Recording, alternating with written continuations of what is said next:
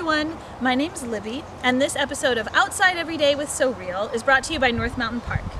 And here we are down at North Mountain Park on our ethnobotanical trail, and all along this trail we have a lot of native plants that we use for education to teach people about how these plants were utilized historically.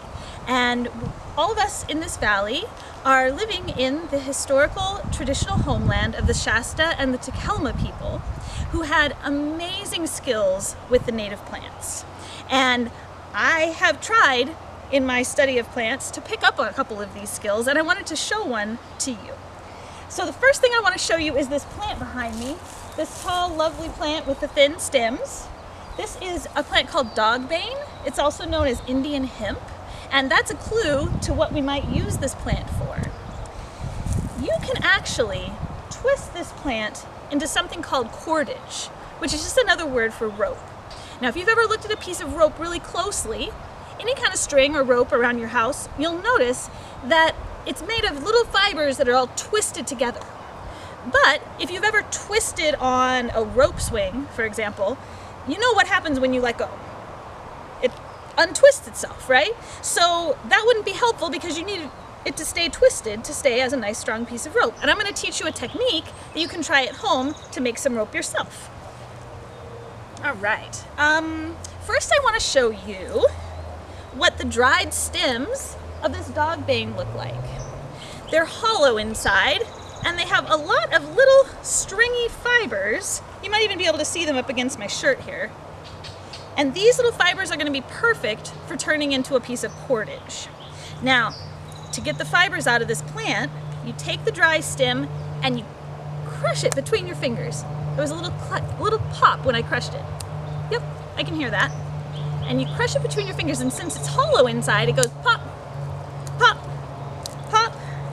And inside, if I open it up, you'll see that there are a lot of fibers inside this plant. Now, a person with a lot of skills, more skills than I have, would take the woody parts away, very carefully stripping them out of the plant so that you'd be left with these lovely threads here. And those threads are just the beginning because you have to twist them and twist them and twist them to make a piece of cordage.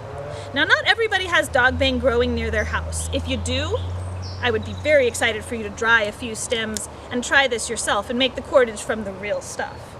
But if you don't have that, might I suggest that you can use other things around your house like raffia. Someone in your house might have some raffia that you would tie up a package with, or even a piece of maybe some fake sinew, or even cloth or string. Anything like that will work. And here's how you do it.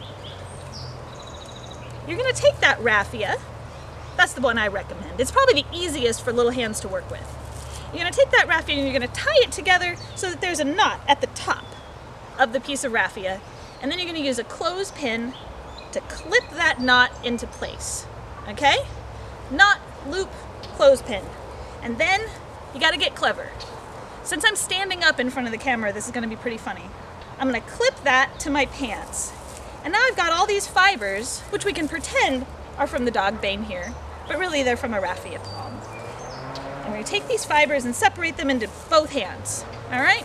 So I've got half of the fibers in one hand and half of the fibers in the other hand, and now it's time to twist, okay? Now, there's a couple different ways to do this. I've heard that the traditional Shasta and Takelma skill would have been to run those fibers across the top of their leg and press it like this so they would roll, and then you could do it rather quickly while you were sitting around chatting with your friends. You could roll that fiber on your leg, but we're gonna do it by using both hands like this. Now, the trick to twisting cordage is to twist those in the same direction as each other, which means you have to be ambidextrous. Do you guys know what that means? It means you have to be able to use both hands at the same time. So, I've got a piece of string in both hands, and I'm twisting them both this way. All right? And this is where we come to the cordage dance. You twist those fibers in the same direction. If I'm twisting with this hand, in this direction, I'm also going to twist with this hand in this direction, and they're both going to go like this, okay? Now, I want you to do probably about 6 or 7 twists before we get to step 2. Are you ready? You wrap back over the pieces you were just working with. So imagine I've twisted about 6 or 7 times. I'm gonna wrap over in the other direction and switch hands. So that leads me to the incredibly silly cordage dance. Are you ready? Twist, twist, twist, and wrap. Wrap. Twist, twist, twist, same direction.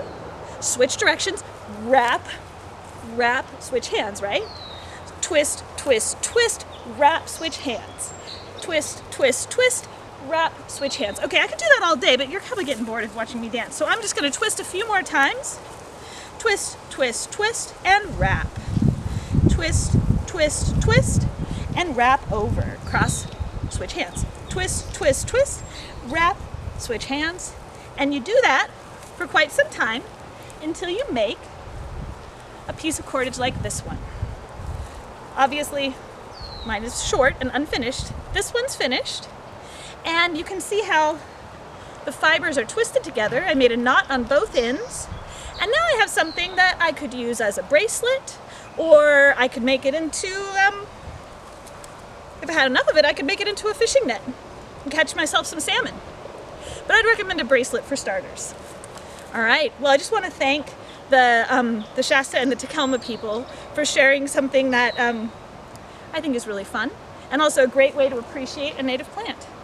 So go home and make some cordage. Bye, everyone.